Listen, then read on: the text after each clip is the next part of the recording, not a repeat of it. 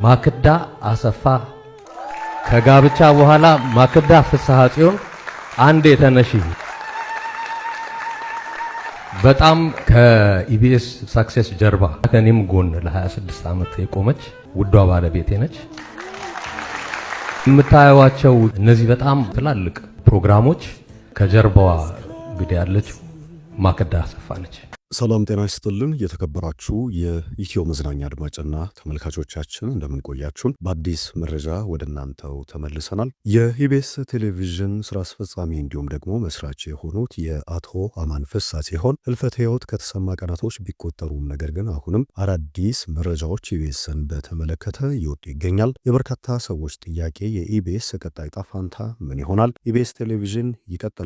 አክሲዮን ውስጥ በምን አይነት ሁኔታ ወደፊት በስኬት ይቀጥላል የሚለው ጥያቄ በስፋት እየተነሳ ይገኛል። ከዚህ ባሻገር የበርካታ የኢቢኤስ ቴሌቪዥን ተመልካቾች ጥያቄ የተወዳጁን የበርካታ ድሃ አደጎች አባት የሆኑትን የአቶ አማን ፍስሐ ጽዮንን ቦታ ማን ይመራዋል የሚል ነው። ይህንን በተመለከተ ባለቤታቸው ወይዘሮ ሮማን ቦታውን ተክተው ሊመሩ እንደሚችል የሚጠቁም መረጃ ወጥቷል። ከዚህ ባሻገር ጋዜጠኞች ከኢቢኤስ ጋር የመቀጠላቸው ጉዳይ አጠራጣሪ ስለመሆኑ እየተነገረ ይገኛል። በተለይም ደግሞ በሐዘን የተዋጠው የኢቢኤስ ስቱዲዮ በተከታታይ በ2 ዓመት ብቻ ያጣቸው ጋዜጠኞችና አሁን ላይ የገጠመው ታላቅ ፈተናን ተከትሎ ተወዳጅ ጋዜጠኞቹ አብረውት ይቀጥላሉ የሚለው ጥያቄ በርካቶችን ያስጨነቀ ነው። አስፋው መሸሻ፣ ነጻነት ወርቅነህ ከሰሞኑ ደግሞ ህልፈታቸው የተሰማው የአቶ አማን ፍስሐ ጽዮን ጉዳይ እጅግ አንገብጋቢ ርዕስን በኢቢኤስ ስቱዲዮ ውስጥ መፍጠሩ ተነግሯል። ጋዜጠኞች በስራቸው ይቀጥላሉ ወይ ይለቃሉ በሚለው ላይ የተሰማ ጉዳይ አለ። ከዚህ ባሻገር ከሃይማኖት ጋር በተያያዘ የተነሳውን ውዝግብ በተመለከተም አዳዲስ መረጃዎች ወጥተዋል።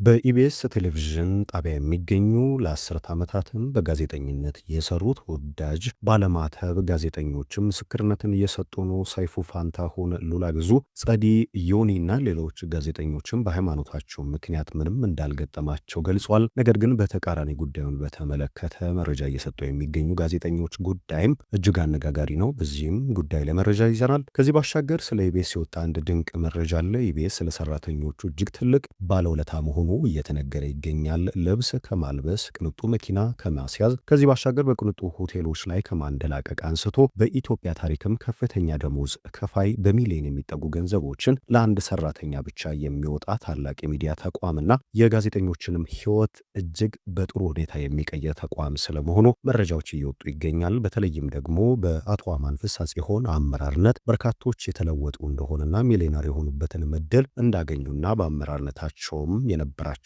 ኩራት እየገለጹ ይገኛል። እነዚህና ሌሎች መረጃዎችን አካተን ወደ እናንተ መተናል። እስከ ፍጻሜው ቆይታችሁ ከኢትዮ መዝናኛ ጋር እንዲሆን ተመኘን።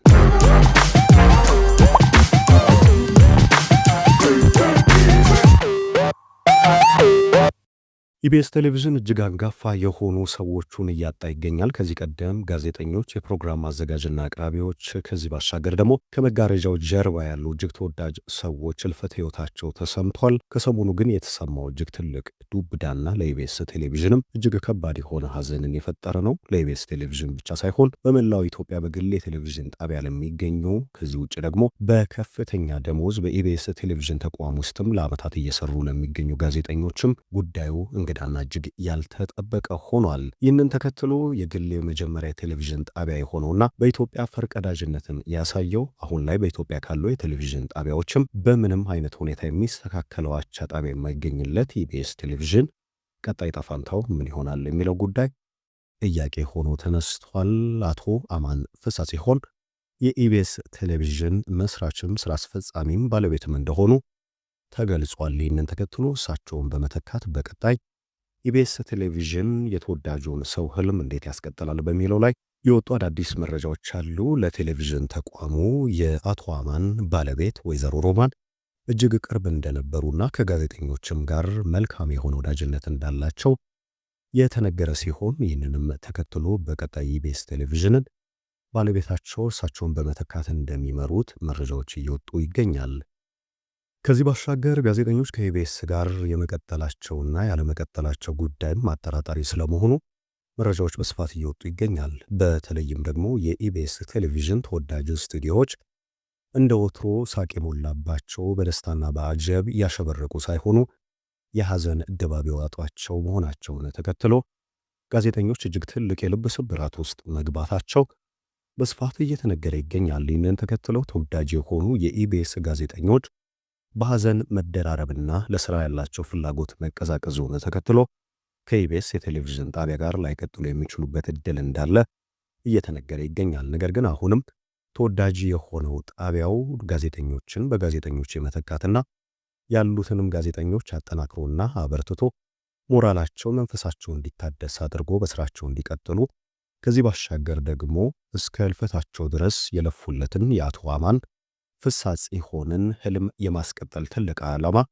አደራም በእነዚሁ አሁን ላይ በኢቢኤስ ቴሌቪዥን የመዝናኛ ዝግጅት በሌሎች ፕሮግራም አዘጋጆችም ላይ እጅ እንደወደቀና ይህንን ህልም የማስፈጸም ትልቅ ግዴታ እንዳለባቸው በስፋት እየተነገረ ይገኛል። በቀጣይ ይህ ሁኔታም ግልጽ የሆኑ መረጃዎች የሚወጡበት ይሆናል። ከዚህ ባሻገር እጅግ መነጋገሪያ የነበረው ርዕስ ከሃይማኖት ጋር በተያያዘ የተነሱ ውዝግቦች ናቸው። በኢቢኤስ የሚገኙ ባለማተብ አሳሪዎች በኢቢኤስ ቴሌቪዥን የነበራቸው ቆይታ ሃይማኖታቸውን በተመለከተም ምንም አይነት መገፋትም መበደልም እንዳልደረሰባቸው መረጃዎችን እያጋሩ ይገኛል። ከዚህ ቀደም ኢቢኤስ ቴሌቪዥን ማተብ ላደረጉ ጋዜጠኞች ቦታ እንደሌለውና ስራቸውን እንዲለቁም ሲያስገድድ እንደቆየ መረጃዎች በስፋት ሲወጡ ነበረ። በዚህም ስማቸው የተጠቀሱ ጋዜጠኞች ነበሩ ከኢቢኤስ ቴሌቪዥን ጋር በሃይማኖታቸው የተነሳ ተለያየን ያሉ፣ ነገር ግን ጉዳዩ እጅግ ከእውነታ የራቀና ጸያፍ መሆኑ የተገለጸ ሲሆን እንደ ሰይፉ ፋንታሁን፣ ሉላ ጸዲ ይሁን ያሉ ሌሎችም ከካሜራ ጀርባና ከካሜራ ፊት ለፊት ያሉ ተወዳጅ ጋዜጠኞች ለአስርት ዓመታት በኢቢኤስ ቴሌቪዥን ከነማህተባቸው መቆያታቸውና ሃይማኖታቸው ሳይነካ በመከባበርም በኢቢኤስ ቴሌቪዥን ሲሰሩ እንደነበር ተነግሯል። ይህንም በተመለከተ የሚወጡ መረጃዎች ከእውነታ እጅግ የራቁ መሆናቸውን የሚያሳይ በተለይም ደግሞ ተወዳጁ ሰው አቶ አማን ፍስሐ ጽዮን ሃይማኖት አክባሪና መንፈሳዊ ሰው እንደሆኑ የተነገረ ሲሆን በሃይማኖት ላይ ጥያቄ አንስተውም እንደማያውቁ በተደጋጋሚ እየተገለጸ ይገኛል። ሌላው ኢቢኤስ ቴሌቪዥን ለሰራተኞቹ እጅግ ምቹ የነበረ ጣቢያና በደሞዝ ክፍያም በኢትዮጵያ ተወዳዳሪ የሌለው የቴሌቪዥን ጣቢያ መሆኑ እየተገለጸ ይገኛል። ለዚህም መሳካት የአቶ አማን ሚና እጅግ ከፍተኛ እንደሆነ ተነግሯል። የሚያገኟቸውን ረብጣ ገንዘቦች ሙሉ ለሙሉ ወደ ካዝናቸው የማይከቱት አቶ አማን ፍስሐ ጽዮን ያላቸውን ያገኙትን በማካፈል የሰራተኛን ደሞዝ በፍጥነት በመጨመርና ውሎችን በማደስ እንደሚታወቁና ሰራተኞችም በኢቢኤስ ቴሌቪዥን በነበራቸው ቆይታ በገንዘብ ዙሪያ እጅግ ደስተኛ እንደነበሩም ተነግሯል። ኢቢኤስ ቴሌቪዥን ለሰራተኞቹ ባለውለታ ልብስ የሚያለብስ ቅንጡ መኪኖችን የሚያስነዳና በቅንጡ ሆቴሎችም እንዲዝናኑ የሚያደርግ ከዚህ ባሻገር ደግሞ ሚሊዮን ብሮችን በማውጣት ለአንድ ሰራተኛ ብቻ ደሞዝን የሚከፍል ልዩ ተቋም እንደሆነ ተገልጿል። ሌሎች የቴሌቪዥን ጣቢያዎች በዚህ ረገድ በርካታ ጥያቄዎች የሚነሱባቸው ናቸው። በሚሊዮን ገንዘቦችን ቢሰሩም ነገር ግን ሰራተኞቻቸውን በጥቂት ገንዘብ የሚያሰሩና የተወዳጅ ጋዜጠኞችንም ህይወት የማይቀይሩ ሆነው ታዝበናል። ነገር ግን እንደዚህ አይነት ሁኔታዎች በኢቢኤስ ቴሌቪዥን ጣቢያ እንደሌሉና ከጀማሪ እስከ አንጋፋ ጋዜጠኞች በቂ የሚባል ደሞዝ እንደሚያገኙና ህይወታቸውን ቀይረው ቅንጡ ህይወትም እንዲኖሩ መንገድ የሆነው ይኸው የኢቢኤስ ቴሌቪዥን ጣቢያ ስለመሆኑ ምስክርነቶች እየተሰጡ ይገኛል። አሁንም መረጃዎች ቀጥሏል። የኢቢኤስ ቴሌቪዥንን በተመለከተኛም በድጋሚ ለአቶ አማን ፍስሐ ጽዮን ቤተሰቦች፣ የቅርብ አጋሮች፣ የኢቢኤስ ቴሌቪዥን ሰራተኞችና የኢቢኤስ ቴሌቪዥን ተመልካቾች ሁሉ ፈጣሪ ልባዊ መጽናናትን እንዲያደልልን ተመኘን።